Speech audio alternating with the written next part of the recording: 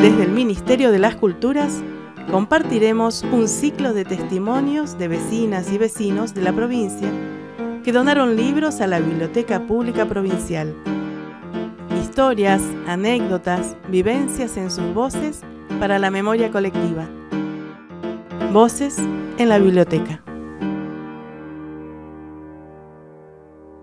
Yo soy Osvaldo Pellín, médico, residente en Neuquén ya hace varias décadas, donde he llegado de muy joven y donde pude concretar la realización de una familia con varios hijos y más de casi 15 nietos.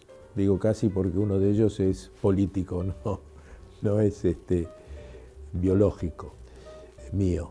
Mi radicación primera fue en Cutralcó, en el año 1965. Ya por entonces se veía una enorme prosperidad en esa zona de la meseta de Neuquén, en función un poco del gran desarrollo que tenía YPF por entonces, hasta que se agotaron un poco los yacimientos que en ese momento explotaba y se trasladó gran parte de todo eso a Catriel. Pero era muy importante, vivía una gran prosperidad la comunidad cutralquense en ese entonces, y yo estaba ahí trabajando de médico pediatra en el centro materno-infantil de esa ciudad que había inaugurado también en la provincia en colaboración con la Dirección Nacional de Maternidad e Infancia. Y bueno, y ahí estuvimos 5 años y fueron 5 años de mucho trabajo, acompañado por el doctor Alberto Del Vaz, que lo menciono a efecto de emitir una evocación sentida acerca de su persona, puesto que hace ya unos cuantos años falleció en España. Ahí nació mi primer hija, Silvina, que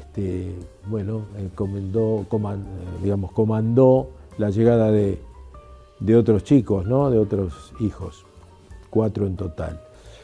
De Cutralcó tuve la suerte de vincularme con un educador sanitario que era el doctor Saúl M. Bioca, del Departamento de Educación para la Salud de la Ciudad de Buenos Aires, del Ministerio de Salud Pública de Buenos Aires, que prácticamente me impulsó hacia la salud pública y me auspició para que yo fuese un becario, digamos así, de la Escuela de Salud Pública de la Universidad de Buenos Aires, que al cabo de un año me diplomé allí y al volver a Neuquén ya estaba como ministro de Bienestar Social mi colega de Cutralcó, del Hospital de Cutralcó, el doctor Del Vaz, que era ministro de Bienestar Social, y estaba también el doctor Perrone y la doctora Moreno, que me dijeron: vos de acá no te vas, acá tenés que trabajar en salud pública acá.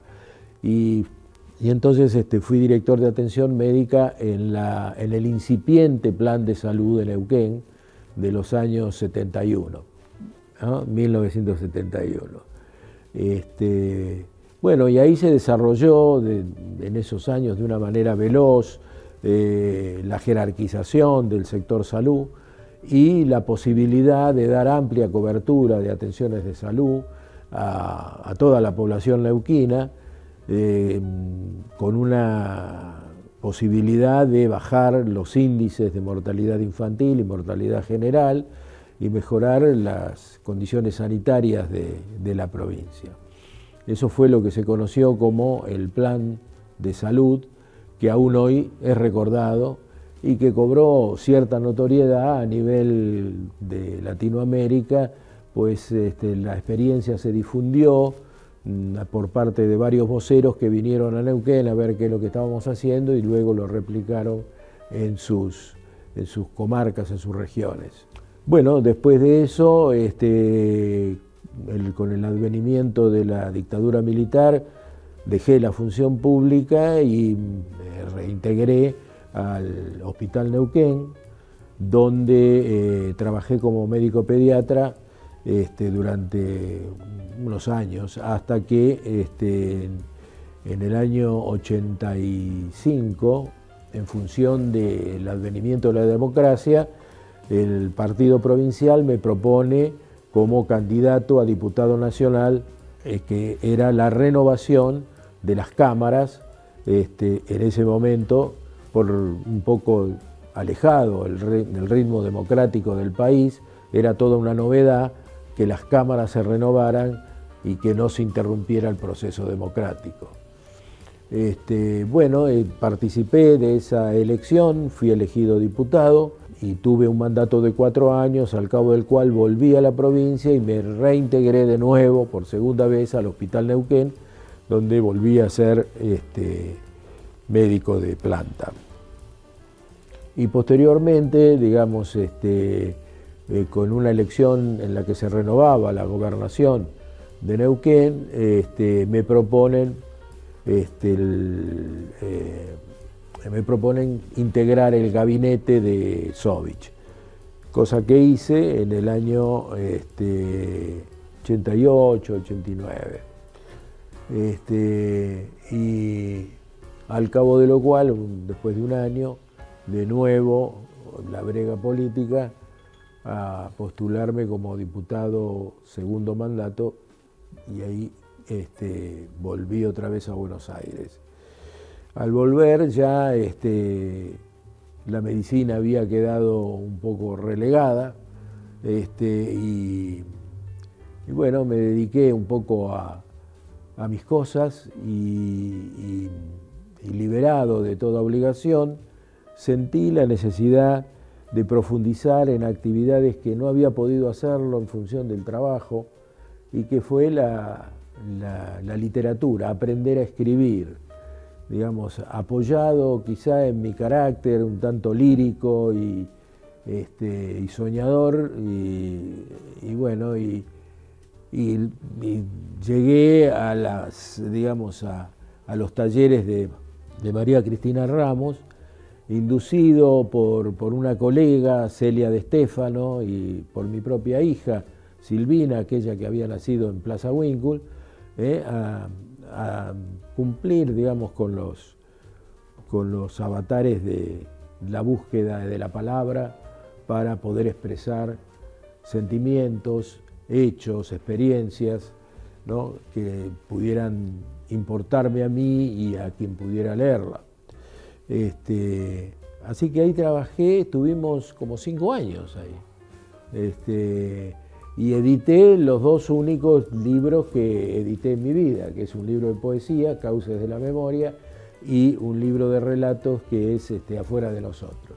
Eso con la inestimable colaboración de María Cristina, de Griselda, y del equipo de un poco de compañeros que integrábamos el taller en ese momento. A Irma la conocí en el año 91, justamente en estos días me pidieron que recordara eso, una persona que está haciendo una recopilación de la vida de Irma a través de los testigos de su vida, ¿no?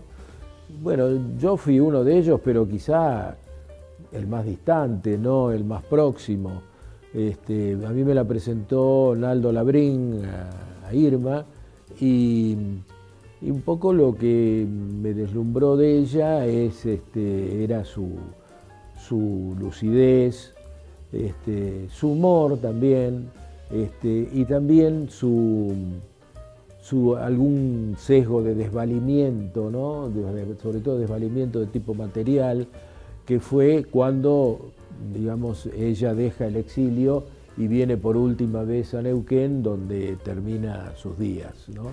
A Feni Goransky la conocí cuando recién llegué a la provincia. Ella era funcionaria de educación en ese entonces, y estábamos haciendo la gestión para que mi esposa, a ver si podía ingresar a educación, cosa que no hizo, pero en esa circunstancia la conocí, presentada por el diputado provincial Lopatín. Y a don Gregorio lo conocí en Copahue, nada menos que en Copahue, la cuna, digamos así, o el centro de su exploración e investigación. Cuando se estaban en el año 65, enero del 65, cuando se estaban refaccionando los baños de Copahue,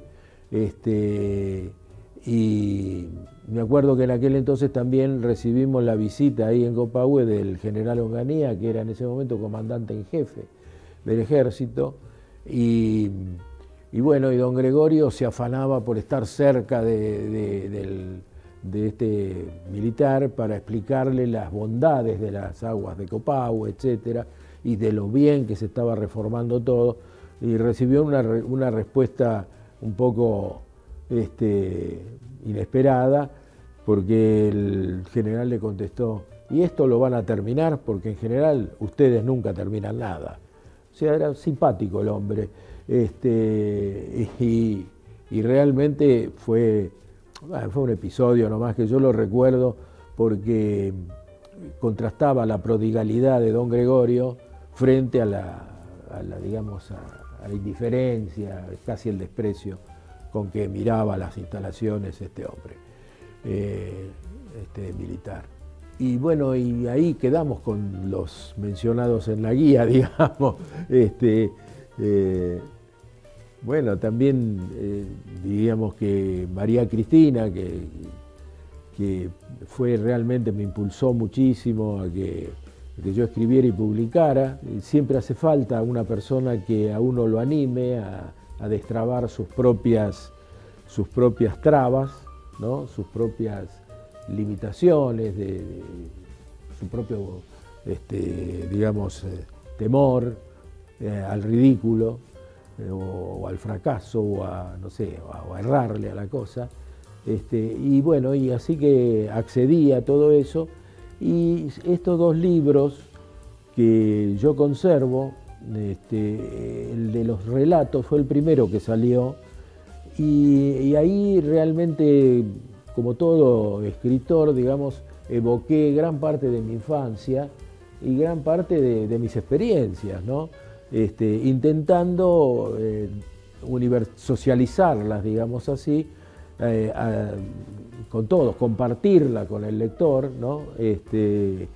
Como cosas que yo sentía y que tenía la necesidad de transmitir. Me acuerdo que cuando me presenté con María Cristina, yo llevé los poemas que había escrito antes de ejercitarme, digamos, teóricamente en esto, y Cristina me dice: déjamelos. Bueno, se los dejé, y a la vez siguiente que la fui a ver me dice: bueno, leí tus poemas, pero en tus poemas no estás vos.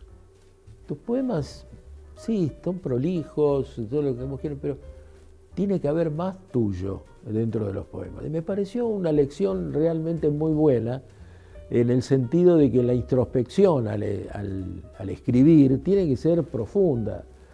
Tiene que ser profunda para poder transmitir realmente la sinceridad en el relato, o en un verso, o en una palabra. Amar la palabra y encontrarla, que es lo más difícil. Hellman, cuando se ponía a veces a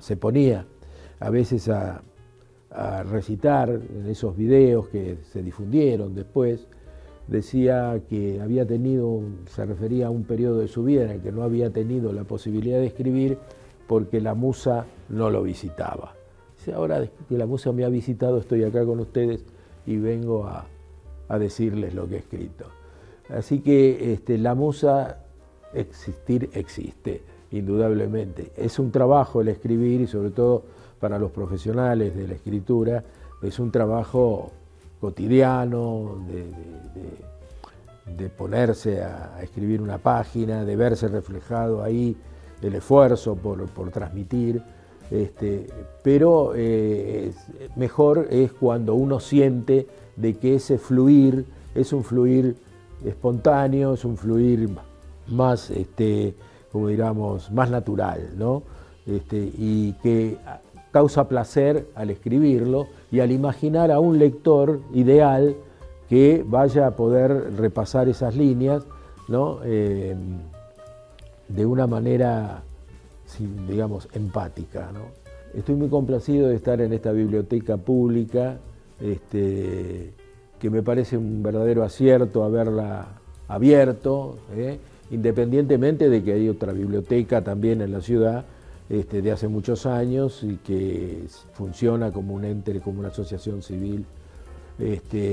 Pero esta biblioteca es muy importante porque aparte tiene una especialización que es la receptividad de las bibliotecas privadas de mucha gente que tiene el hábito de leer y de recopilar sus experiencias en base a lo que también ha podido escribir y lo que se ha podido agendar de todo lo que es bibliografía. De modo que poder encontrar aquí de pronto personalizada la búsqueda de la información, la búsqueda de la cultura con la que se nutrieron muchas otras personas que han vivido en esta querida provincia, realmente es una obra extraordinaria y ojalá de a poco esto vaya creciendo, porque si crece la biblioteca, crecen las oportunidades de cultura de toda la población y sobre todo de los muchachos que están estudiando, tanto en los niveles secundarios como en los niveles terciarios. Realmente es la biblioteca moviliza de una manera muy positiva las inquietudes, el afán de información y de estudio de todas las generaciones realmente. El hueco de la casa. Hablo desde el hueco de la casa. La voz que te llega reflexiona en tu corazón, me identifica. En él siento que te dices en silencio, no debió haberse ido, no debió dejarnos. La voz se irá apagando con tu vida. El hueco se quedará solo y seré menos que la muerte. La calle de los Paraísos. Nuestra casa en la calle de los Paraísos impregna la memoria con su nostalgia, como si fuese una lluvia mansa o un manantial sonoro. Con el sol del verano peinando las plantas sedientas del jardín y el leve aroma del almuerzo que se ha quedado a vivir sus últimos suspiros en cada rincón de la cocina, con la soledad estampada en la larga luz de la tarde y el silencio del sueño en las sábanas deshechas del amanecer. La casa tiene vacíos que no podemos llenar por la añoranza de aquellos que ya no están. Languidecen las semanas frente a la brevedad de nuestro paso. La ciudad espera reiniciar un nuevo año de trabajo. Pasa lista de día y de noche por las calles desiertas. Y nadie contesta porque todos se han ido, dejando como al descuido las puertas abiertas. Se nos va, querida mía, eso que llamamos vida, que no es otra cosa que el reflejo de nuestra mirada en el vertiginoso tren con que el tiempo pasa.